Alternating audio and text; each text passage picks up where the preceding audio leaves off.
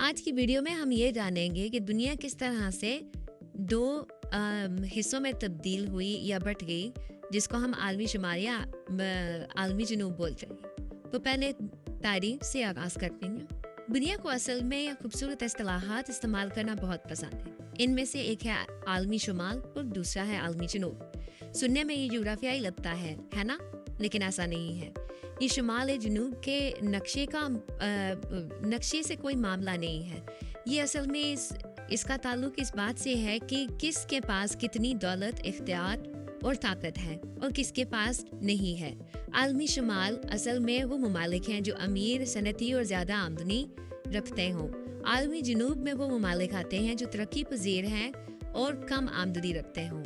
یہ بس ایک مہذب طریقہ دنیا نے اختیار کر لیا ہے کہ دنیا کو اس چیز میں بانٹ دیا ہے کہ یہ پہلی دنیا ہے اور یہ تیسری دنیا ہے، اور اس طرح سے یہ لفظ رکھے ہیں تاکہ سننے والے کو برے نہ محسوس ہوں۔ تو یہ کارروائی کس نے شروع کی اور کیوں کی؟ یہ جو درجہ بندی ہے نو آبادی دور اور سرد جنگ سے جڑی ہوئی ہے، جسے آج شمال کہا جاتا ہے۔ زیادہ تر یورپی طاقتیں اور ان کے اتحادی انہوں نے جنوب کو نو آباد کر کے، وسائل لوٹ کر، محنت کا استحصال کر کے بس الفاظ کو عالمی رنگ دے دیا ہے۔ طاقت کا توازن پھر بھی وہی ہے۔ کن خطوں میں شمال اور جنوب شامل ہیں؟ عالمی شمال میں امریکہ، کینیڈا، زیادہ تر یورپ، جاپان، آسٹریلیا اور نیوزی لینڈ شامل ہیں۔ عالمی جنوب میں زیادہ تر ایشیا کے علاقے، افریقہ، لاطینی امریکہ، کیریبین اور بحر الکاہل کی جزائر شامل ہیں۔ یہ جغرافیائی محل وقوع کے بارے میں نہیں ہے۔ آسٹریلیا کو اگر دیکھا جائے تو وہ جنوبی نصف میں پایا جاتا ہے، لیکن پھر بھی عالمی شمال کہلاتا ہے کیونکہ وہ امیر ملک ہے۔ شمال کا جنوب پر کنٹرول اور تیسری دنیا کی ذہنیت۔ شمال اب بھی جنوب کو تجارتی قوانین، قرض کے جال اور عالمی اداروں جیسے بین الاقوامی مالیاتی فنڈ اور عالمی بینک کے ذریعے قابو میں رکھتا ہے، اور جب وہ تضحیک یا دقیانوسی سوچ دکھانا چاہے تو کہہ دیتا ہے یہ تیسری دنیا کے لوگ ہیں، یعنی ان کا مطلب یہی ہوتا ہے کہ تم پیچھے ہو اور ہم آگے ہیں۔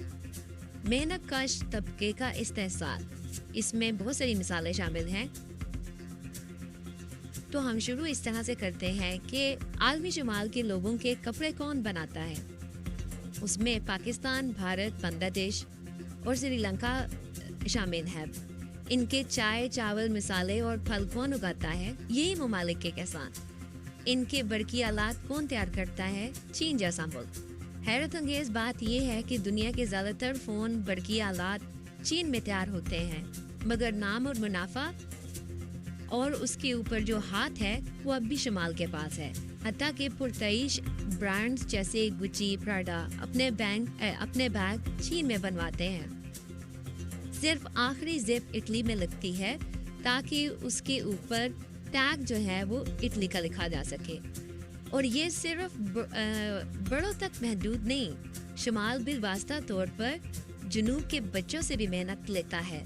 مثال کے طور پر زیبائش یعنی کاسمیٹکس بنانے میں کچھ معدنیات کو ہاتھ سے پیسنا پڑتا ہے، اور افریقہ کی کانیں اتنی تنگ ہیں کہ صرف بچے ہی اندر جا سکتے ہیں۔ یہ بچے خطرناک حالات میں معدنیات نکالتے ہیں جو شمالی صنعتوں کے لیے ضروری ہیں، اور پھر یہی شمال دنیا والے جنوب کو بدنام کرتے ہیں کہ یہ بچوں سے کام کرواتے ہیں، یہ چھپاتے ہوئے کہ ان کی پیداوار انہی بچوں کی محنت پر چلتی ہے۔ مہاجرین اور دوہرا معیار۔ تمام کم درجے کے اور جان توڑ دینے والے کام یہ کون کرتا ہے؟ عالمی جنوب کے لوگ، مگر ان کے ملک میں جا کر اگر کام کرنے کی کوشش کریں تو فوراً ان کو کہہ دیا جاتا ہے کہ یہ ناپسندیدہ ہیں اور ان کو یہاں سے نکالا جائے۔ شمال کی سستی بمقابلہ جنوب کی مہارت۔ یہ ایک اور بات ہے، عالمی شمال میں بے انتہا سہولت اور آرام نے عوام کو کاہل اور سست بنا دیا ہے۔ یہ سخت محنت کے لیے تیار نہیں، لیکن کوئی انٹرنیٹ رجحان، ناچ کا مقابلہ یا تصویر سازی کا چیلنج دے تو فوراً سرگرم ہو جاتے ہیں۔ عالمی جنوب میں سہولتوں کی کمی نے مہارت پیدا کی ہے۔